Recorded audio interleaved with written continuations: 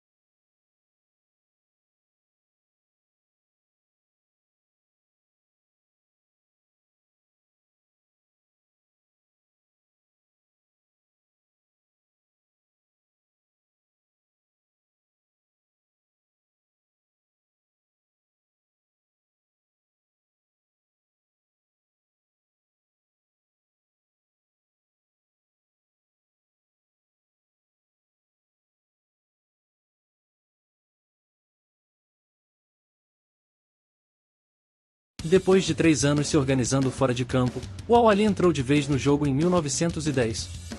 E esse foi o ano em que o futebol virou prioridade total no clube mais popular do Egito. Em 1910, o Al Ahly disputou seus primeiros jogos oficiais contra outros clubes com elenco fixo, uniforme e torcida. E adivinha? Já começou chamando atenção pela garra e organização.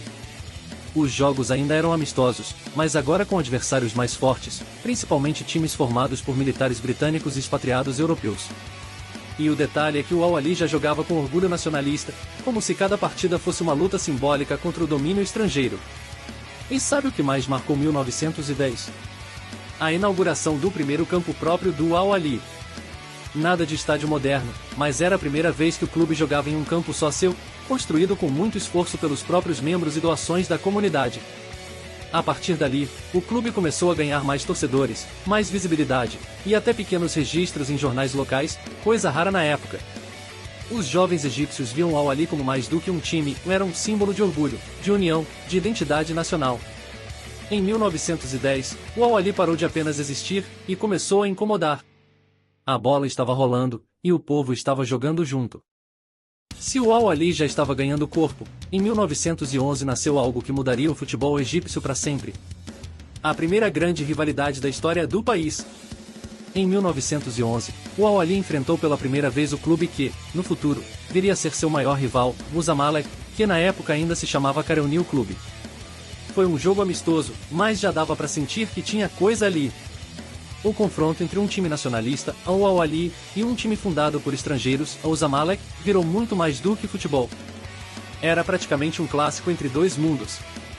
Esse foi o ano em que o Al Ahly começou a se firmar como a principal equipe formada só por egípcios, o que gerava muito apoio popular, e também muita pressão. O clube já tinha campo próprio, uniforme definido e até um esboço de diretoria esportiva. Agora a missão era organizar o futebol de forma mais competitiva, mesmo sem uma liga oficial no país ainda. O crescimento do Al Ahly também chamou a atenção da imprensa egípcia, que passou a cobrir os jogos e elogiar o papel social e político do clube, sim, já em 1911. E os torcedores? Crescendo cada vez mais. Jovens nacionalistas, estudantes e operários começavam a formar a primeira base de fãs apaixonados do futebol egípcio. Em 1911, o Al Ahly não era mais só um clube. Era um movimento esportivo e político com rival declarado e torcida engajada. Depois de encarar seu primeiro clássico em 1911, o Al Ahly entrou em 1912 com fome de algo maior. Era hora de sair só dos amistosos e começar a sonhar com competições oficiais. Em 1912, o futebol no Egito ainda era desorganizado, sem uma federação ou liga nacional. Mas isso não impediu o Al Ahly de se movimentar. O clube começou a liderar conversas para criar um torneio local entre os clubes do Cairo, um embrião do que, anos depois, viraria o campeonato egípcio. Internamente, o Al Ahly deu mais um passo importante e criou sua primeira comissão técnica, ainda informal, mas já com pessoas dedicadas a comandar os treinos, escalar o time e desenvolver táticas. E o uniforme vermelho? Já era a marca registrada do clube. A cor foi escolhida como símbolo de força, paixão e coragem nacionalista. Também foi nesse ano que o clube começou a aceitar jovens estudantes com bolsas de acesso gratuito, reforçando seu papel como clube do povo egípcio, acessível, acolhedor e revolucionário. O apoio popular crescia, e o Al Ahly já era considerado o time mais amado do país, mesmo sem títulos. A identidade do clube era tão forte que a torcida se unia em cada jogo como se fosse uma causa. Em 1912, o Al Ahly deu um passo essencial e deixou de ser só um clube rebelde, e virou um clube organizado, pronto para conquistar. O ano era 1913, e o Al Ahly seguia crescendo não só como time de futebol, mas como uma força cultural e política no Egito. Dentro de campo, o Al Ahly já era respeitado entre os clubes locais. Jogava partidas amistosas frequentes contra times britânicos e estrangeiros e dava trabalho, mesmo sem ter jogadores profissionais. Mas fora das quatro linhas, a coisa era ainda maior. O clube começou a se envolver mais com o cenário nacionalista egípcio, abrindo espaço em sua sede para reuniões políticas, eventos culturais e palestras sobre a independência do Egito. Em outras palavras, o Al Ahly era mais que bola rolando.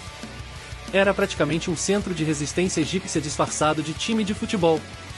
O clube atraiu ainda mais estudantes, ativistas e jovens intelectuais. Ser torcedor do Al Ahly virou um ato de identidade nacional.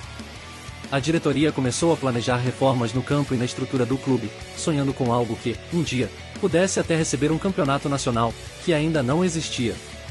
E o detalhe que pouca gente sabe, em 1913, começaram as primeiras conversas entre Al Ahly e outros clubes para criar uma entidade que organizasse o futebol no Egito. Sim, o Al Ahly estava na raiz da criação da Federação Egípcia de Futebol. Em 1913, o Al Ahly já era muito mais que um time. Era o orgulho do povo egípcio, e o símbolo de um país que queria ser livre, inclusive dentro dos gramados. O ano era 1914. E o mundo entrou em colapso. A Primeira Guerra Mundial começava na Europa, e o impacto foi tão grande que chegou até os campos do Egito. No meio do caos global, o Al-Ahly teve que frear seu crescimento. Com a guerra, muitos estrangeiros deixaram o país, e o exército britânico ocupou várias regiões do Cairo, inclusive áreas próximas aos campos de futebol. O clube precisou suspender boa parte de suas atividades esportivas, já que não havia segurança nem condições para manter os treinos e jogos regulares. Mas sabe o que não parou? O papel social e político do Al-Ahly. Mesmo em tempos de guerra, o clube manteve suas reuniões nacionalistas, eventos culturais e apoio aos jovens egípcios que resistiam ao domínio britânico. A sede do Al-Ahly virou um espaço de união, onde o futebol ficou em segundo plano, mas o espírito do clube continuou mais vivo do que nunca. Quando possível, pequenos jogos amistosos ainda aconteciam, principalmente contra soldados britânicos, e o Al-Ahly fazia questão de jogar com raça, como se fosse uma batalha simbólica dentro de campo. Em 1914, o futebol desacelerou, mas a alma do Al-Ahly virou resistência pura. Enquanto o mundo entrava em guerra, o clube continuava sendo a voz do povo egípcio, mesmo em silêncio dentro das quatro linhas. O ano era 1915. O mundo ainda estava mergulhado na Primeira Guerra Mundial, e o futebol egípcio seguia abalado. O Al-Ahly, como todos os clubes da época, ainda sofria com a ocupação britânica e as restrições militares. Vários campos foram tomados pelo exército, e o clube mal conseguia treinar regularmente. Mesmo assim, o Al-Ahly não parou completamente. Os dirigentes e sócios mantinham reuniões frequentes para garantir que o clube não desaparecesse. Foi um verdadeiro esforço de resistência silenciosa. E teve algo muito importante em 1915, o Al-Ahly reforçou sua identidade como o clube do Egito, organizando eventos sociais e culturais dentro da sede. A bola podia parar, mas a ideia do Al-Ahly seguia viva, firme e forte.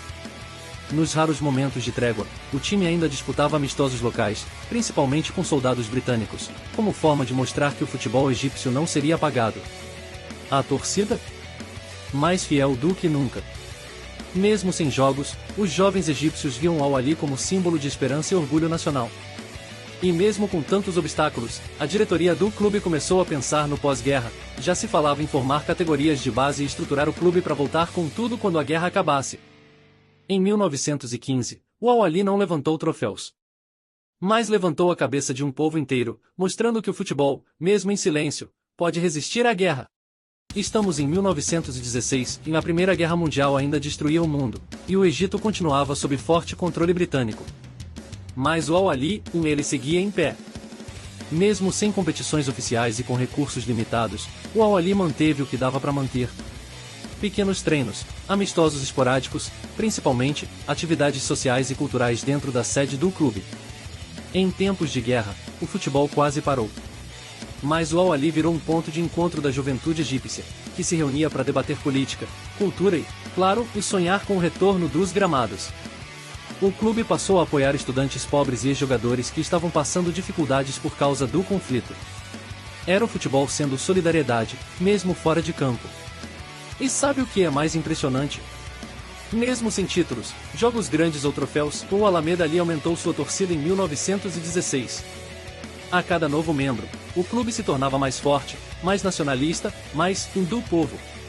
A diretoria seguiu trabalhando nos bastidores, organizando o clube, preservando documentos, cuidando da sede. Porque eles sabiam que um dia a guerra vai acabar, e o Al-Ahly vai voltar com tudo. Em 1916, resistir já era uma vitória. E o Al-Ahly resistiu como ninguém, com dignidade, com união, e com a certeza de que ainda faria história.